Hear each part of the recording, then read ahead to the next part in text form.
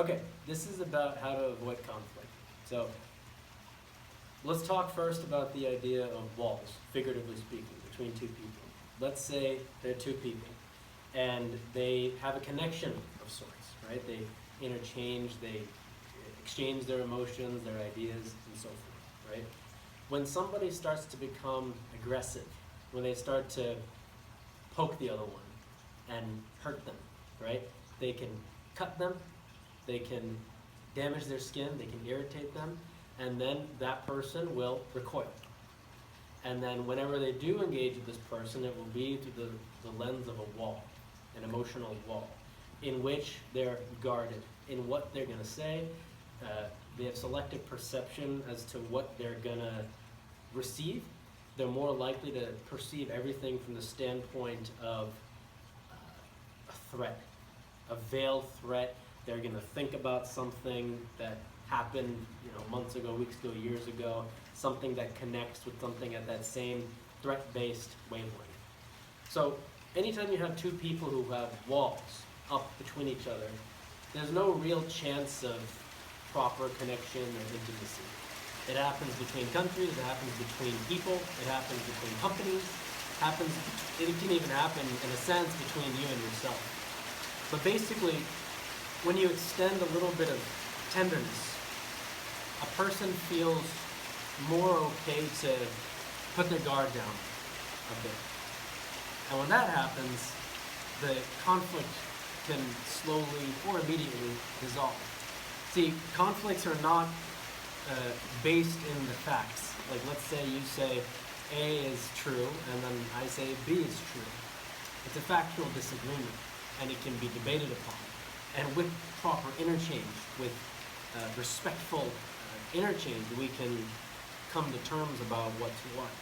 Maybe you're right, maybe I'm right, maybe we're both right from our own perspectives, maybe one of us is right. It could be anything. But we need to be able to exchange our perspectives.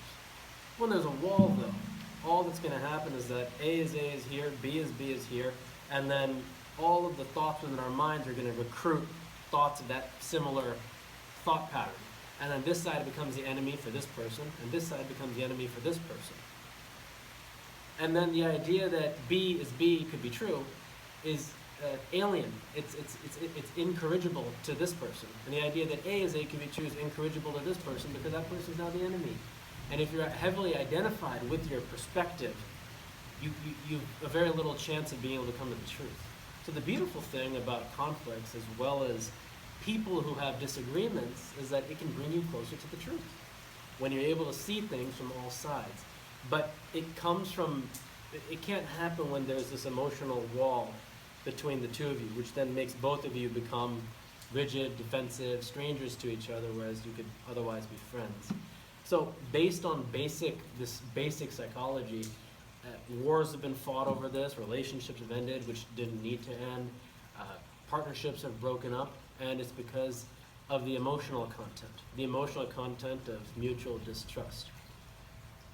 And in order to trust, you have to allow yourself to be a little bit vulnerable, extend a little bit, right? In the 1960 Kennedy-Nixon debates, both presidential candidates went out of their way on several of their responses to be respectful to the other. Like, I understand what Mr. Nixon is saying, and da-da-da-da, but I think da-da-da-da.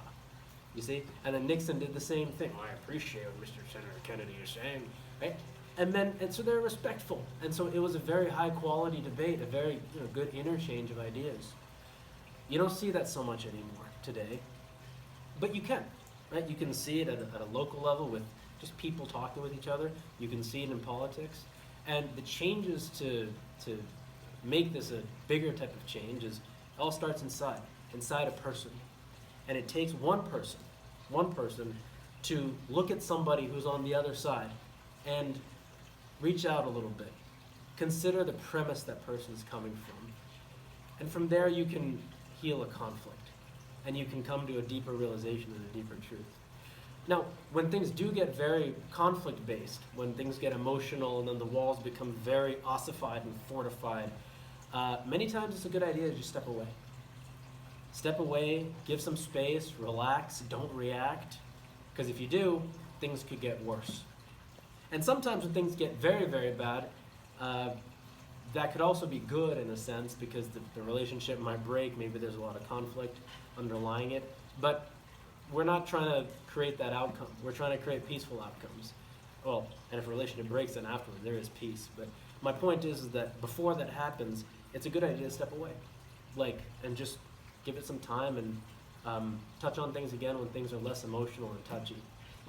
In the Beatles, Ringo, in 1968, they're fighting a lot, right? And I think Ringo went to John's house and John said, "Oh man, all three of you are just having fun, and it's just me who's outcast." And Ringo's like, I thought it was, I'm the one that all three of you are with each other and I'm the outcast. And Paul felt the same way. See, everybody, when they get in their own head, they see everybody else sort of as an enemy, even if they used to be friends.